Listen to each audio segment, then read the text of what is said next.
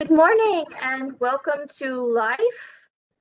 My name is Rachel Hugenberg. I am the host of this program. And this morning I'm super excited to have with us Tracy Williams, one of our teen librarians, and Angie Pierce of Golden Beginnings Golden Retriever Rescue. Yep. And they're going to be talking about fostering dogs, which I know during the pandemic, there's a lot of extra love for pets right now and a lot of pet adoption, but fostering is a good opportunity to kind of get involved with helping to take care of animals as well. So Angie and Tracy, if you would please take it away. Well, hello. I mean, thanks for having me.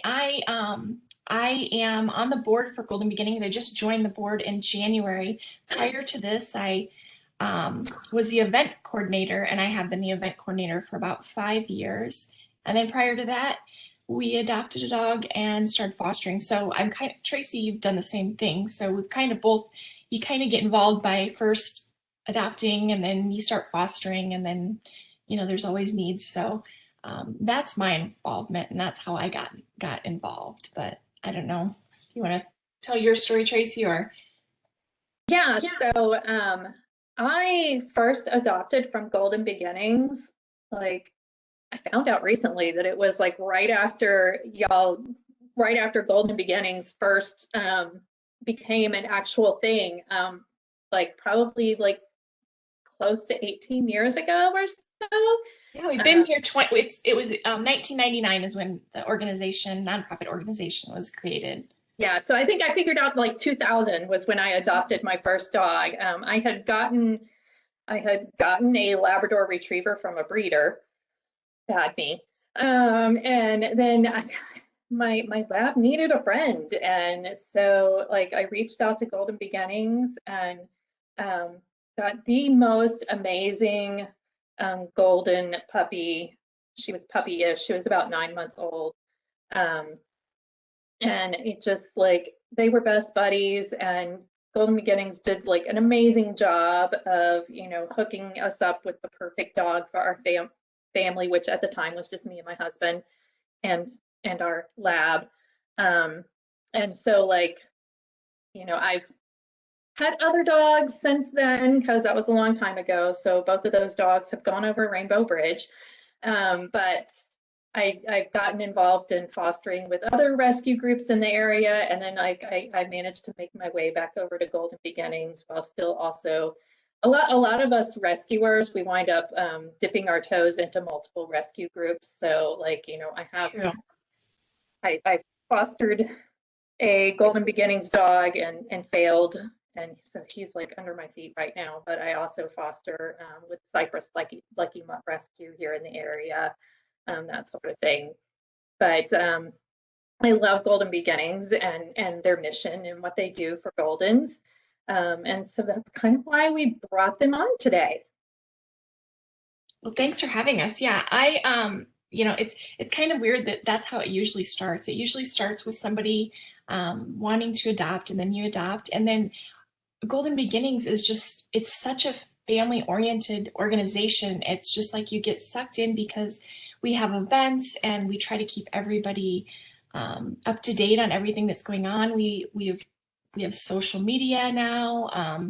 We just keep everybody involved from the day that you adopt, or you even fill out an application to the day you adopt, and then it just goes on from there. It's kind of a neat process how everything has been put together, and it continues to run so smoothly just with volunteers. None of us are paid. We all have other jobs, but once you adopt, you just want to be involved, and you want to go to things, and you want to, it's like you want to just be involved and support the group because it's such a great mission. I think since 1999, well, I know it's over 4,000 now. Like on our 20th anniversary, it was right about 4,000 golden retrievers out of Houston had been saved and adopted out. And of course, now it's a lot, it's a little bit more, but we just kind of stick with that number 4,000 because it really hasn't changed much in the last couple years because we haven't had as many dogs in the program. But that's just kind of how it's run. It's run by volunteers.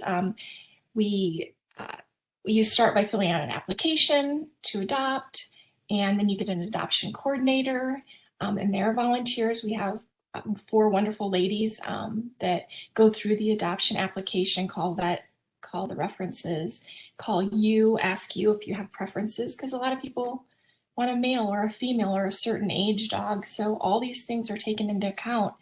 And then based on what you're looking for, your adoption coordinator will work with the fosters and try to find you the perfect dog. And from there, you go and meet the dog, and it's just kind of, it can take first of all of our fosters are in foster homes, and they're evaluated for 2 weeks before they're even put into the program to make sure that everything's okay. So that's kind of the beginning process. And then of course, you adopt, and then we still stay involved. Your adoption coordinator calls and makes sure things are going okay, and things like that. Does anybody have any questions about like the adoption side of things? Or okay, if you want to start my slide, at least we can kind of go by that. And obviously anybody, if you have a question or whatever, please ask. If the dog doesn't work out ever, do you take them back? Is that a guarantee, or how does that work? Of course. Yeah, actually in the contract, if for any reason you cannot take care of the dog or anything happens, you contact us first. And I mean, obviously if you have a family member or somebody that wants to take that dog, we'll be okay with that. But yeah, if for any reason you need to return the dog, we will always take it back 100%. And it does happen. Unfortunately, things happen. That's how I got our first dog.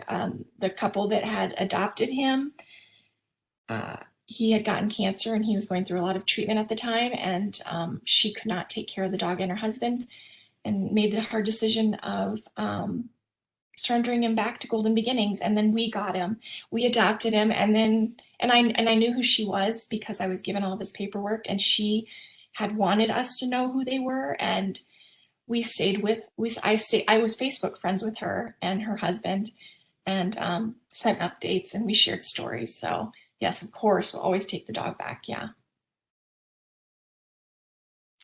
So if you want to go to the second slide about us, it just talks a little bit more about we've had over 4,000 dogs since 1999. We celebrated our 20-year anniversary, and every year we have a picnic. Every single year we have a picnic, except for last year. And so on our 20th anniversary, it was a huge deal. I was in charge of that because I'm the events person, and we literally had 300 RSVPs from humans and like 400 RSVPs from dogs. And we had that many people at our 20th year anniversary, and it was so much fun. The pictures, I mean, it's like heaven, just driving up and having that many people. They weren't there at the same time because it was like a 4-hour event, but so many people came back, people that didn't even have their golden retriever anymore because it had passed away or whatever, still came and supported us. And we always have a cookout. It doesn't cost you to come, but so yeah, it's kind of a big deal. Our 20th was a big deal, and it's still like talked about, and pictures are still shared on Facebook because it was a huge deal. So that was kind of fun. And then we continue to have it, and we're planning on having it this year. We always have it at a park outside, so we're hoping that we get to do that. So yeah, if you want to go to the next slide, a lot of people always ask me about statistics, and things have kind of switched up just because of the pandemic. Last year, like I said, in 2020, we had so many less dogs. I mean, if you look at these numbers, typically 170 to 200, is always kind of the number. It's always kind of stayed at. And some people like to know like the statistics as far as males versus females. We always have a lot of dogs that are under 1. 50% of the dogs are a lot of times under 1. And I think that might just have to be with, people get a golden and they realize that, it's a lot of work, or they just, I don't know what happens, but fortunately they do the right thing and they surrender to rescue. and then we take it in and put them in a foster home. So I just wanted to share that information because I didn't know if you guys wanted to know that kind of thing. But in 2020, we've gone down considerably. Like 70, we took in 77 dogs. 16 were puppies. So I don't know. I guess I might not have told you guys this. I might have shared it with the other ladies, but the 16 puppies. So these 3 pregnant moms that came in had puppies, but then they were not golden at all. I mean, they were half golden or a part golden because their moms were golden. But so what we did is we worked with other rescue groups. So once they were 8, 9 weeks old, those puppies were handed over to the other rescue groups, and then they found homes for them because they weren't golden. So those are kind of the statistics. Does anybody have any questions about any of that, like the spray and neuter, the heartworm treatment? The heartworm treatment is very expensive, and unfortunately, we get close to 20 to 50 dogs a year that have to go through it, and that's a huge expense for us. So I like to share that information because people, the dogs that come in aren't all healthy. They need a lot of care and veterinary work. So anybody have any questions? Heartworm treatment's not only expensive, but it's hard on the dog, Mm-hmm. and it's hard on the humans trying to take care of the dog. I had my first heartworm positive foster a few years ago, which was Astro, who is my golden, and I'd never been through that process before, but he was so sick and feeling horrible right after the treatment. I stayed up nearly all night with him, checking on him. And then trying to, they're not supposed to be active after they go through the treatment. And so It's the hardest. It's really hard when, Goldens are active dogs, trying to keep this dog to okay, bud, you have to chill. So yeah, heartworm treatment's a big deal. Yeah, I've personally taken several dogs through it, and the hardest part is just keeping them quiet, and because they can't get their heart rate up, to a certain point because it's really unhealthy for them while they're going through the treatment. But yeah, the heartworm is the worst, and we'll take a dog. I mean, we always test every dog, and then whether or not they're positive or not, they're always on heartworm medication before they get adopted.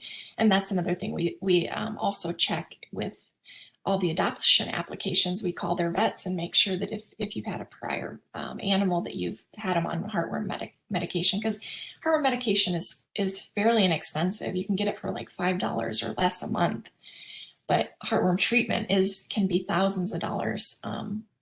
But yeah, so that's why I like to include that information. And then of course, spraying and neutering. All the dogs are always fixed before they go to their forever homes, unless they're puppies or whatever. But then we have you sign a contract, and we do pay for that. Whether you'll have to have it done before a certain time. But so all of our dogs, all those things are paid for by us and done by us before they're adopted, or promised to have done after you take them and adopt them if they're a puppy and need to get spayed or neutered. You can go so you want to go to the next slide, which would be events. So I had talked about the picnic, and I'm so excited. I get so excited about the picnic and all the events actually, but the picnic's a huge one, and it's also a huge fundraiser for us because we have not gift baskets, raffles. We have silent auction there. Like I talked about before, our events or our picnic, it's every year, and it's you're invited to come. It doesn't cost you anything. We provide all the food and the drinks and the tennis balls and the fun activities for kids and things like that. But we do have raffles and things like that. So we do make quite a bit of money because people are very generous and bidding on things like that. But that's always in October. And if you're interested, you don't have to have adopted a dog from us. You just have to RSVP so we know that you're coming. And we encourage everybody to come. If you're just a golden retriever lover or just a dog lover, it's an event to come to, because when you drive up and you see all those dogs everywhere, it's kind of exciting. But you have to check our website for news and information about that, for the location and things like that. And then another thing that we always do is the dog party on the Plaza. I don't know if anybody's been to it before, but it's a huge thing in City Center every year in April. They have switched it to October this year, and we didn't have it last year, but we go to that every year, and that's a great place to just talk to people about rescue, because a lot of people don't know that there's even a golden retriever rescue in Houston. So we go to that. There's also a rescue parade at City Center at the same time, and we always build a float, and we do that. That's another thing we participate in. It's a lot of fun. We do the blessings of the animal. That's at the Bel Air Methodist Church. That's a great event. We do the Houston World Series Dog Show. That's a week-long event, but it's kind of nice because a lot of people come out to that, and it's the same thing. Nobody, like a lot of people don't know that there's a golden retriever rescue, so we get to talk to people about that and encourage them to rescue instead of purchasing a golden retriever puppy. And then we have a group of volunteers that goes to the university, Rice University, during finals week, or anytime they need us. Like there's been other times just things have happened on the campus and they just need the interaction, and the dogs seem to help. And we have a great group of ladies that love going there. And they have I don't know if you've been to the Rice University, but they have a nice green space for the dogs to just be off leash, and it's safe for them to be. And so the kids just love it, and they all come out of their dorms, and so we've done that. We've done that for many years. And then another one is the Halloween Fest in Bridgeland Community. It's in Cypress in October, obviously. So there's some of the events, and then we go to a lot of other events if we're invited. Things have been a little slow, but yeah. Or if you guys ever know of anything in your neighborhood or at your child's school, and just sending an email and letting us know, because we want to be involved. We want to be out in the community, because the more that we can get our name out there and people know not just about golden retrievers, also just about rescue, because it's really important, especially like the kids. I love going to like the schools and things where we have like activities for kids and stuff, because I think teaching them early about rescue and things, because they might not know. But and then like a lot of them want to volunteer, and there's little things we can have them do, stuff, treat bags, things like that. I've had high schoolers sign up to help me with that kind of thing. So those are some of our events, and you can always find those on our calendars, on our social media page, and on our website. So does anybody have any questions about any of that? Or have you been to any of those things? Any of those events? No? I'll be honest, I'm a bad golden mom. I only went to like one of the annual picnics, but it was so fun, and I still have the pictures from that picnic like in my house hanging up. Oh my gosh. Yeah, you can go to the next slide, Rachel, because there's a picture of, there's a couple pictures just from events. When you went to there's tons of tennis balls everywhere. Those are the picnics. The picnic pictures are the tennis ball pictures. We obviously get there early, and we set up and spread tennis balls out everywhere. But the picnic is a huge deal. And then the picture of the lady with the two goldens, that's our senior parade every year at the picnic. We have a senior parade that all the seniors can participate in. And then you write a little bio card, and then we have a speaker that talks about the golden, and it's kind of fun to honor all of those guys. The rescue bus, that's a picture from the Houston Dog Show. We always try to have some kind of a photo op or something for kids, because a lot of people come through the Houston Dog Show. Like I said, it's a week-long event. We usually try to at least participate 3 to 4 days of it. And we talk to a ton of people, so it's kind of nice. We always try to have something. And then the picture in the lower left-hand corner, that's actually Kinnick, and he was here with me. He's my foster failure.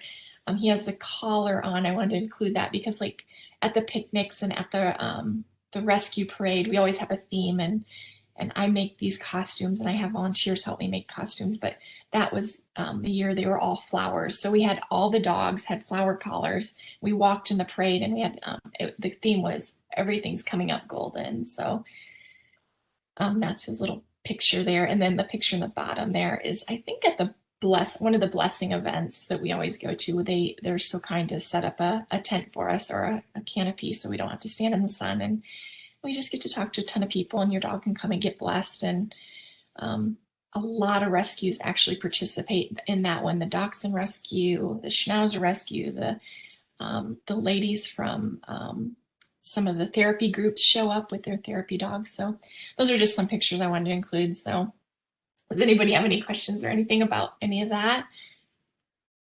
Now you can go to the next slide. I was going to talk about fundraising because people wonder how, okay, so obviously we have an adoption fee, so it's $400 to adopt a golden, but people don't realize like our average, our average is, it used to be about $900 per golden that comes into the program.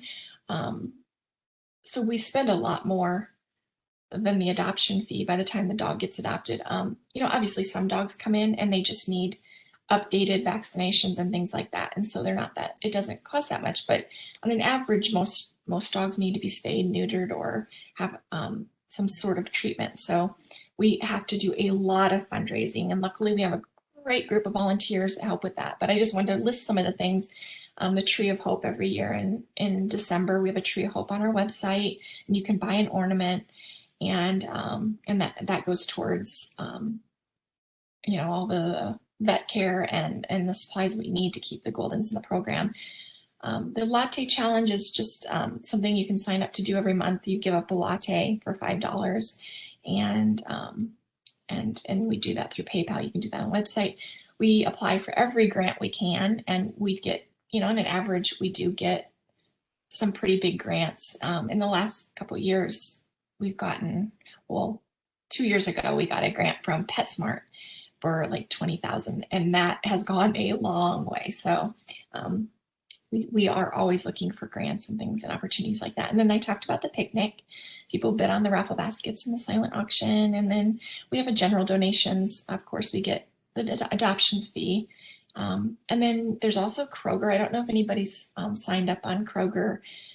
They have a rewards program. So a percentage of every purchase you make at Kroger goes towards the organization of your choice. So you can always do that. And then Amazon Smile, if you shop on Amazon Smile, you can pick Golden Beginnings as your organization, and we get a percentage of every purchase through Amazon Smile. So those are some of the ways that we make up for the cost of running this organization, because it's very expensive when you consider that it can cost more than $800 per dog that comes in, and we're just getting the $400 adoption fee. So we got to make up for it somewhere. And luckily, we've continued to do that every year through these different fundraising things here on this side. So does anybody have any questions about that? Nope. Then go ahead. When someone fosters a dog, do you pay for all those expenses, or does the foster home pay for the food, shampoo, you know, all that kind of stuff to maintain the dog? Well, I'll tell you a little bit about fostering. With our group, you sign up to foster, and once you're approved, you have a foster coordinator, which is wonderful because they get to know you really well, and they know, you know, if you have another dog and how they get along, or whether you prefer to have males or females or age or whatever. And we're really picky about, you know, giving you a dog, making sure that it's going to be a good fit, because a lot of the dogs that come in the program, they need a few days to decompress, and we want to make sure that the transition's a good one. So not only, to answer your question, of course, if you need us to pay for your food, we will do that. And veterinary care, of course, we're going to pay for all of that. We'll even help with getting the dogs to their appointments. Like if you have a full-time job and cannot take them, we'll try to figure out, you know, the best a schedule. And if you can't take them at all, we have transport drivers that can meet you or come pick the dog up at your home in the morning, take the dog to the vet, and then, you know, bring it back after you get off work if that's needed. So we are here to help out 100% or as much as needed. Even with like the shampoo and stuff, if you need it, we'll get it for you. Or obviously if the dog needs something more than that, like a groom or something, occasionally we will schedule an appointment or something like that. That doesn't happen too often, unless they're in really bad shape. But yeah, we are here to help 100% with all of those things. We need fosters really bad. It's just hard, you know, because all of our dogs are in foster, so we can't commit to taking a dog in unless we know they have a foster home. So we are always constantly looking for foster homes, and we are super careful with our foster families because we just want to keep them and have them do it again. So we want the experience to be as great as possible. But it's not always easy either. So I won't lie. It's, you can take in a sick dog or it's positive, and it's a lot of work. So is there any other question you have about that? I mean, I just want to make sure that you know that we cater to the foster families. No, that's Greatly. good to know. But I do have more of a statistical question. How Mhm. many get adopted out? You say like last year, what, 95 dogs were Yeah, it brought was to you? well, last year there was 77 because 16 of the puppies we ended up handing over to another rescue. Of the 77, it was I believe it was 74 got adopted out. We didn't have any hospice. There's sometimes there's a medical dog that needs hospice, so we put them in we call them like a foster, long-term foster home, and typically those people are, they know they're getting a dog that's just unfortunately has cancer and it's got a limited time. But last year we didn't have any of those. I think there were 2 dogs that had to be put down, unfortunately, because of serious medical issues that they were not going to overcome with any amount of money or care. So our adoption rate is like in the 90s most years because of the care that they get. And fortunately, we have an adoption waiting list. There's so many people waiting for Goldens because our intake is down. We don't have as many Goldens in the program for adoption. Our list has unfortunately gone up, but so right now it is a little bit like it's a 4-month wait, I think, depending on what kind of dog you want. I mean, what's kind of funny is when you fill out your adoption fee, you can put as much information you want. A girl, a boy, a certain age. Some people like blonde Goldens, some people like red Goldens. So if there's some specifics, it's going to take you between 4 and 6 months right now. Which if you're willing to wait, we'd really appreciate it instead of going and buying a Golden. So yeah, to answer your question, yeah, most of the dogs get adopted out unless it's a serious medical issue.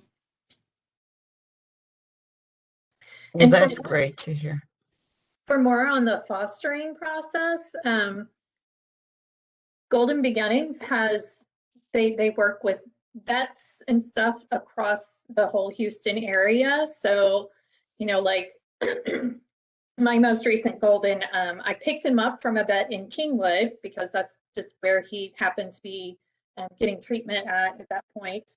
But then they knew I lived in the Cypress area, so they worked with me to find a vet in the Cypress area that I could take my dog to for all of his other appointments. And so they have like vets that they work with across the Houston area so that wherever you are, where you're doing your fostering, you're not going to have to go too far to actually get to one of the Golden Beginnings approved vets for medical issues and that sort of stuff.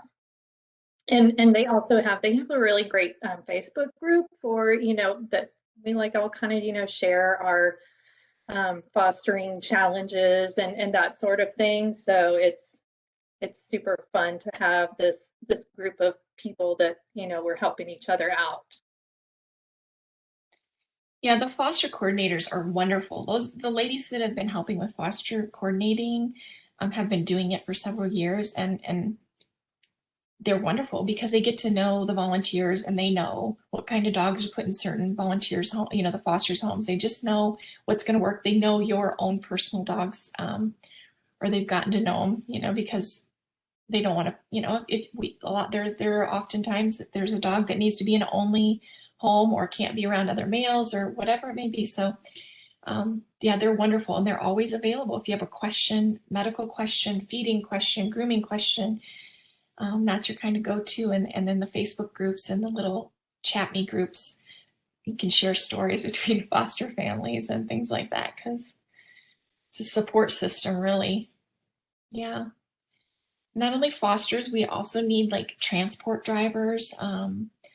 Oftentimes, like Tracy said, you know, there's going to be a dog that comes into the system, and typically the first thing they do is go to the vet, and then the foster family is ready for them and may be at work until 6 o'clock or whatever it may be, and can't go pick up the dog from the vet. So we'll just find somebody, you know, a lot of our transport drivers are retired people or people that are very flexible. So they'll go get the dog and they'll bring it. I mean, I've picked up dogs and brought them to people's homes from the vet. I've done the Kingwood vet and then brought them back to Katie because I had the day off or whatever. So yeah, we will work with you, and we're fortunate too to just have vets everywhere, and we work with vets, and they luckily they're the vets we work with typically give us a little bit of a discount. Some are better than others, so you know we always are looking for a little bit of a discount and that kind of thing. So yeah, that's another thing is we appreciate it if you do take them to our vets and get us that discount. And if you can't take them, we'll just find a transport driver that can take them. So that's the fostering side of it. And then I was talking about transport drivers. We need transport drivers for those kind of situations. We need event volunteers to help with setup and cleanup when we do the, you know, we set up the tents and the tables and chairs and that kind of thing. At our picnic, I typically ask for volunteers to, you know, sit at the different booths for an hour at a time. Things like that. I don't know. Does anybody have any other questions about any of those things? It just takes a lot to run a rescue, and there's a huge group of volunteers, and there's people that come and go, and there's people, you know, it's a huge family basically. Couldn't do it without the volunteers. Any other questions, guys? Anything else you have? I did include in the last slide there. That's our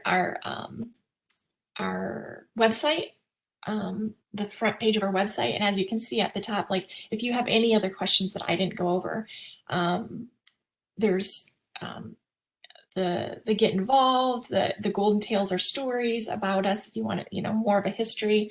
Our events page has nothing on it right now. Oh, it might have our picnic in October, but I don't believe that there's an RSVP yet to RSVP to that. We're hoping to be able to have it. And we even have a surrender button if for some reason, you know, we get lately we've been getting a lot of surrenders. And if you want to, you know, if you have somebody that has a dog they can no longer care for, they can fill out the surrender form, and then somebody will contact them and get pictures and things like that. And then the adopt button is all the available dogs and pending dogs and upcoming dogs. Right now, I don't think we have but a couple because of the waiting list. So, yeah.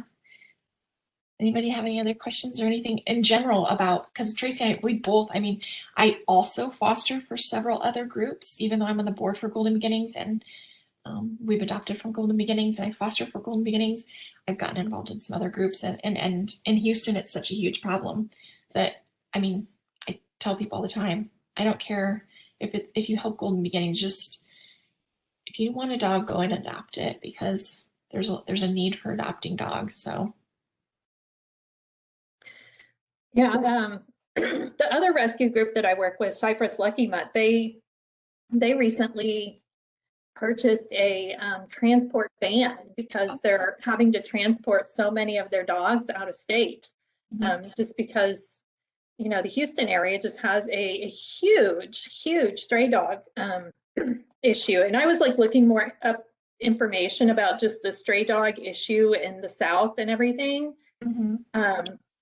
And part of our problem is we have, because of the warm weather, dogs can breed year round. And so I found this thing in the Dallas Morning News that took one female dog has an average of 1.5 litters of puppies per year in the South. And so if that one female dog has a litter of an average about 5 puppies, and 50% chance of those puppies being female, which can breed at 6 months, basically in 5 years, that female dog and all of her progeny would equal about 4,600 dogs.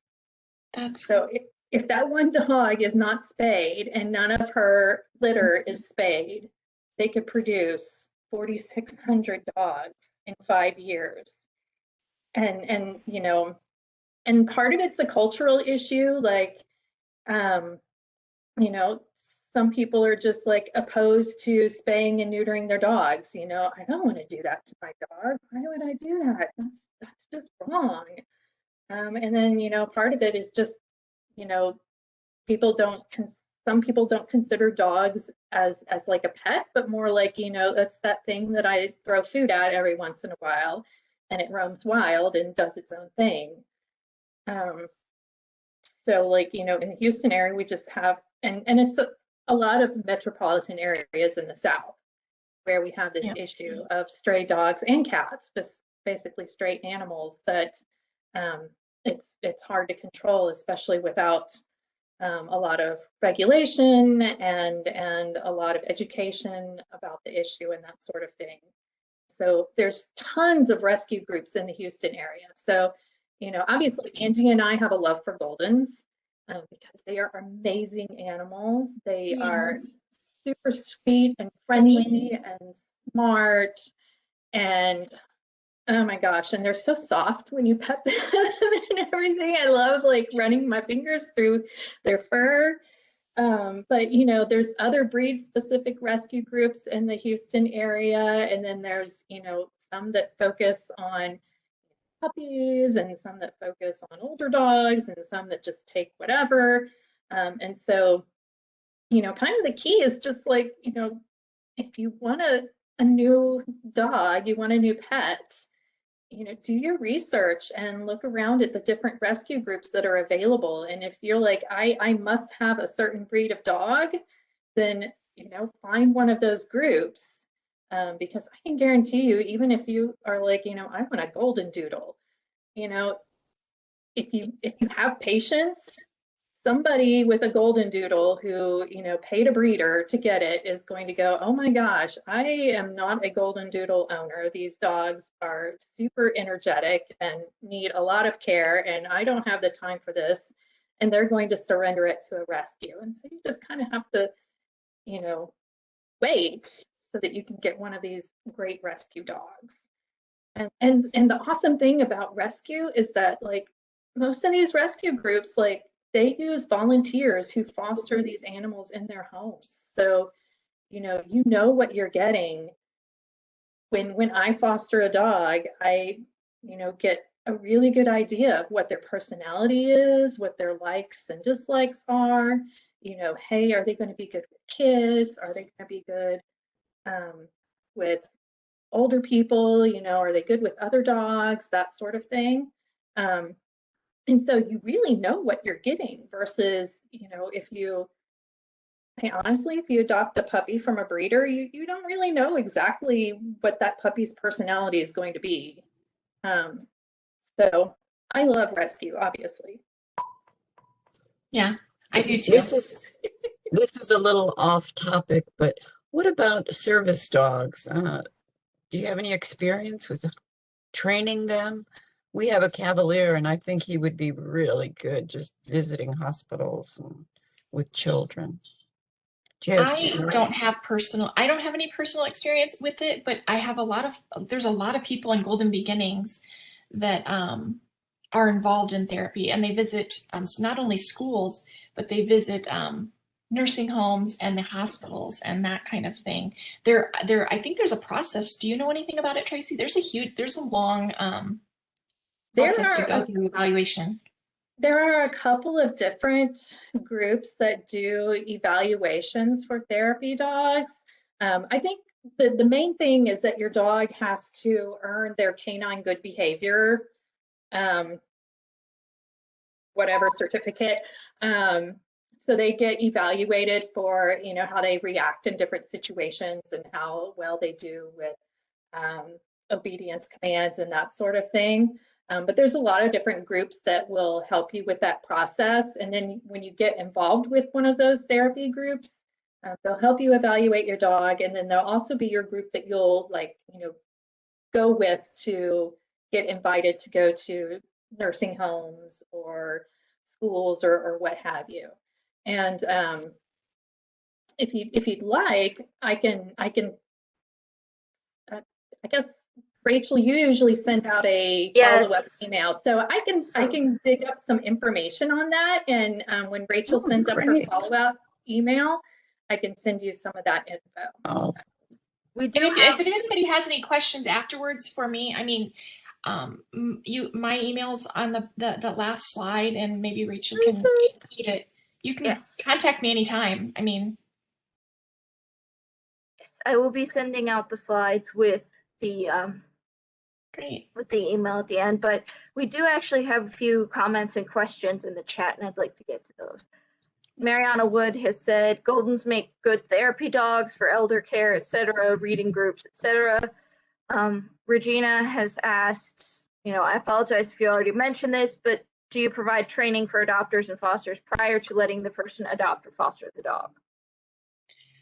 That's what the foster coordinator really is there for, is to answer questions, and that before you even, when you apply, you'll get an adoption, or not adoption, a foster packet that talks about all the procedures and policies, things like that.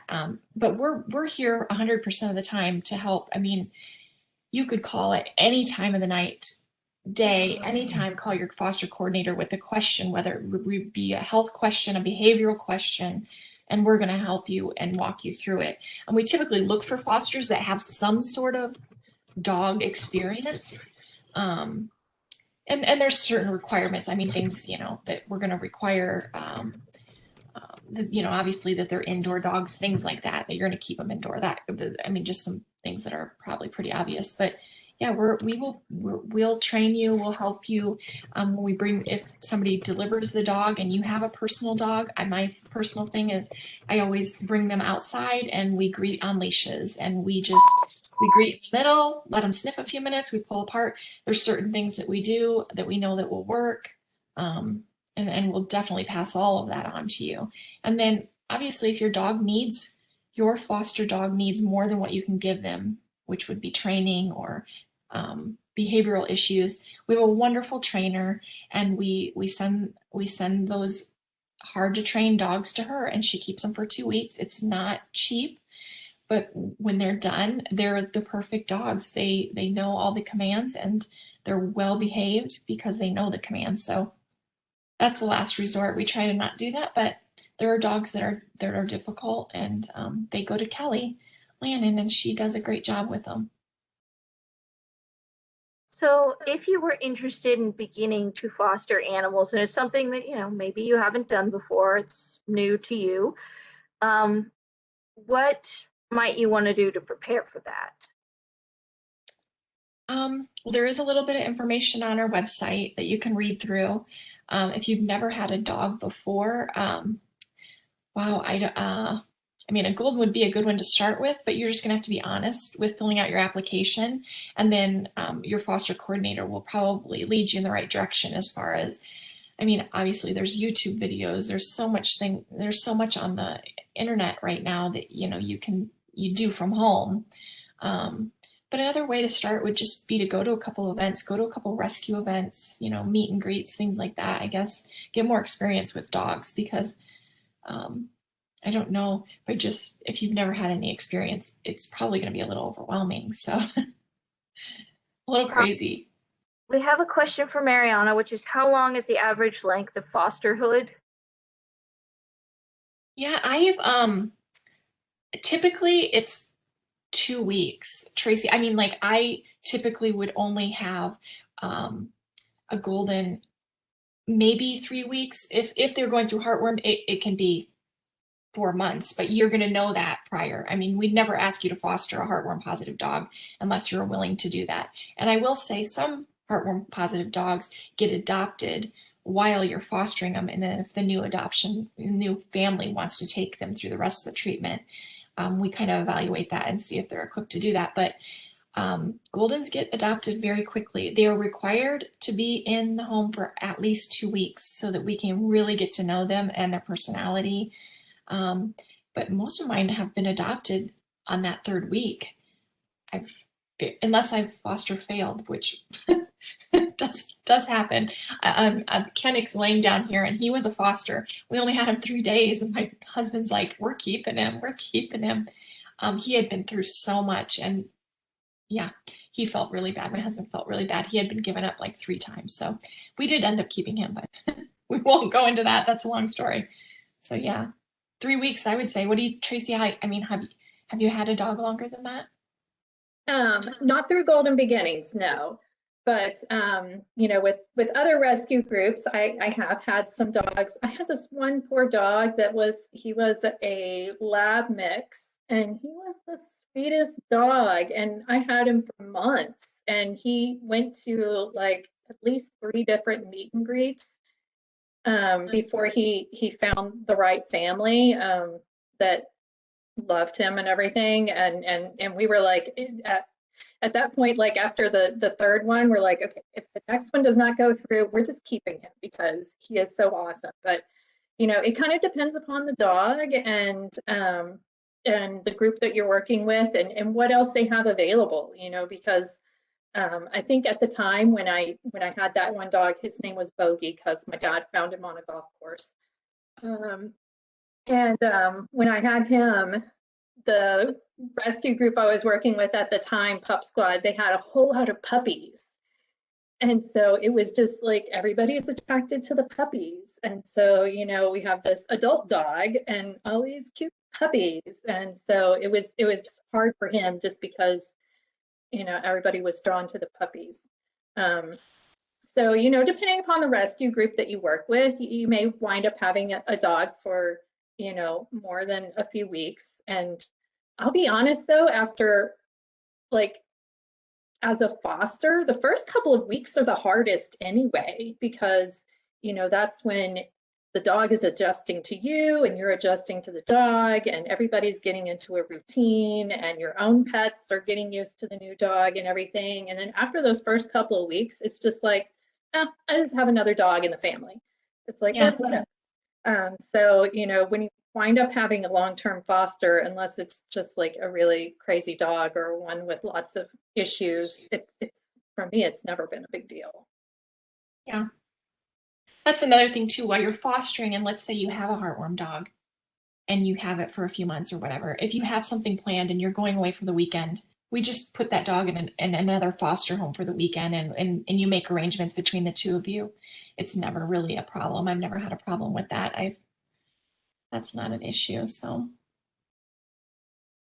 yeah, vacation fosters are easy to find because yeah, like, yeah, I'll take a dog for a weekend. Sure.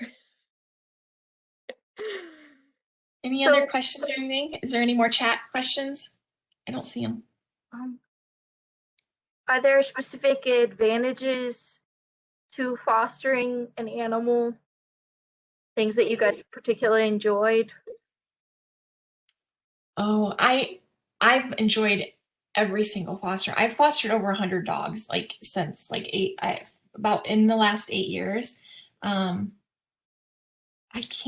mean, there's really not been I've lost one foster dog to distemper. It was a shelter dog. It came to me and we just thought it had like a respiratory situation. And it was a boy dog, but he was very sweet and he ended up getting distemper, and Golden Beginnings did everything they could to save him. And we had to make the decision to let him go because he wasn't going to get better. And so that was probably the toughest thing. But, you know, even that at the time, my kids were still in junior high and high school. So the experience of taking care of the sick dog that we knew that wasn't going to make it, most likely, we just gave him the best, you know, the best few weeks that we could until we made that final decision. But Golden Beginnings was there.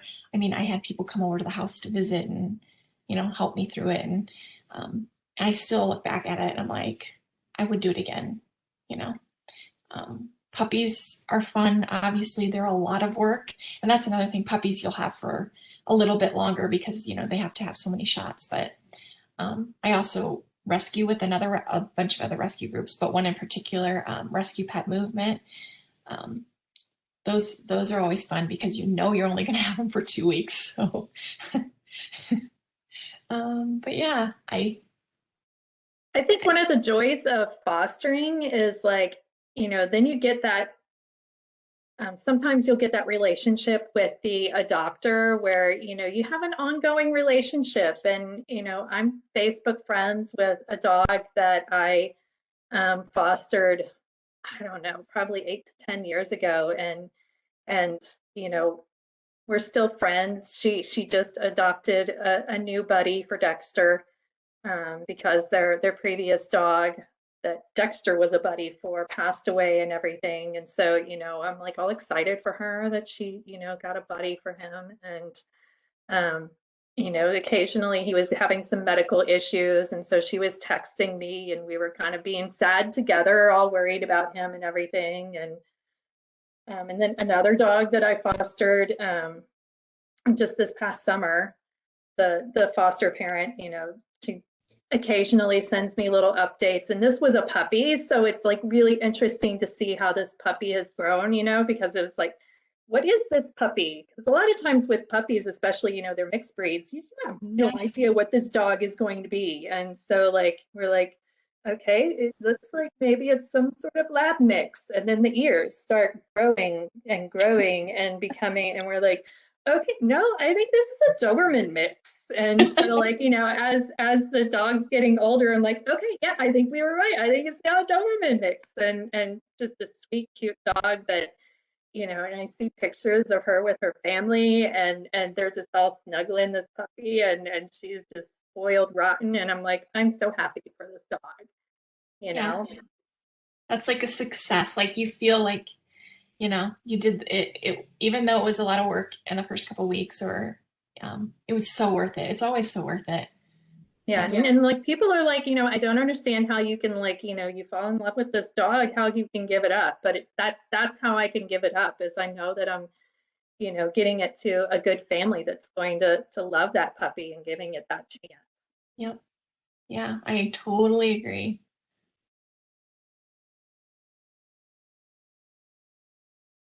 Any other questions? Seems like this has been a pretty amazing experience, and I hope that people have piqued an interest in maybe fostering some dogs.